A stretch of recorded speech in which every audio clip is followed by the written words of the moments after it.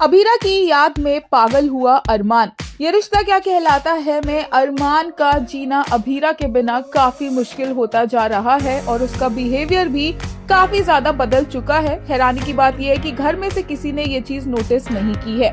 अभीरा की छोटी छोटी चीज को वो संभाल के रख रहा है, कभी उसका परफ्यूम तो कभी उसकी डायरी, और सपने में भी वो यही देख रहा है कि अभीरा आ रही है और अपनी बची कुची चीजें भी उठा कर ले जा रही है।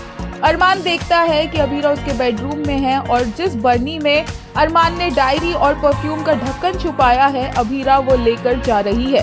अरमान उसे रोकता है और बोलता है कि वो उसके बिना नहीं रह पाएगा, ये चीजें उसके जीने का सहारा है, अभीरा इसे ना लेकर जाए। और अभीरा बोलती है कि तुमने सब कुछ तो मुझसे छीन लिया है, अब हमारे बीच में सब कुछ खत्म हो गया है, ये अपने पास रखने का भी क्या फायदा। अरमान बोलता है कि अभीरा ना जाए, अभीरा रुक जाए, लेकिन अभीरा उसकी एक बात नहीं सुनती है और बोलती है कि अब अरमान को मूव ऑन कर लेना चाहिए क्योंकि वो तो अपनी लाइफ में आगे बढ़ चुकी है। अभीरा ऐसा बोलते हुए बर्नी लेकर अरमान के रूम से बाहर निकल जाती है और दरवाजा बंद हो जाता है और अरमान दरवाजे पर नॉक करता रह जाता है और अभीरा को रोकता रह जाता है।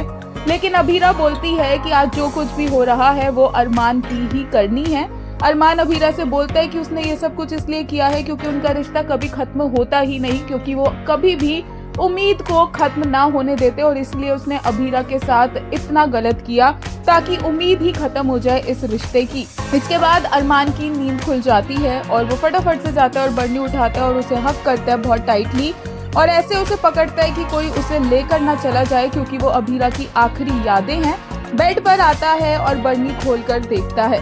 अब ये अरमान की हालत हो चुकी है अभीरा के बिना और अब अरमान को भी लग रहा है कि उसने बहुत बड़ी गलती कर दी क्योंकि रहा तो उससे जा नहीं रहा अभीरा के बिना।